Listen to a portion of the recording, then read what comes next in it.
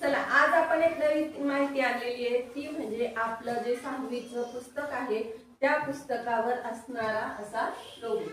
काय अर्थ असेल बरं याचा?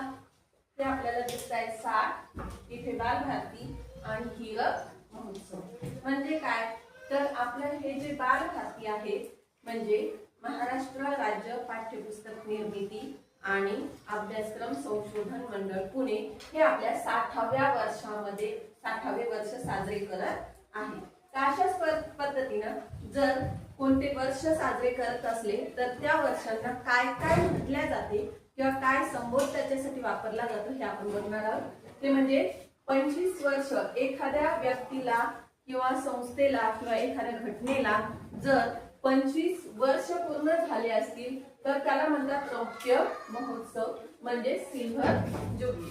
त्यानंतर 50 वर्ष जर पूर्ण झाले असतील तर त्याला म्हटलं जातं सुवर्ण महोत्सव म्हणजे गोल्डन जुबली।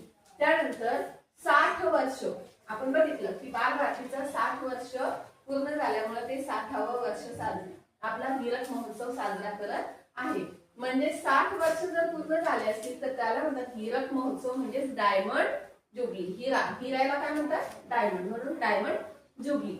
75 वर्ष आता आपण स्वातंत्र्याचा अमृत महोत्सव साजरा केला होता आणि त्याला म्हणतात 75 वर्ष जर पूर्ण झाले असतील तर त्याला म्हटलं जातं अमृत महोत्सव म्हणजे प्लॅटिनम किंवा अमृत जुबली।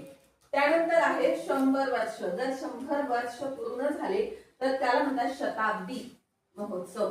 शतकला आपण म्हणतो सेंचुरी किंवा सेंटेनरी जुबली। समजलं?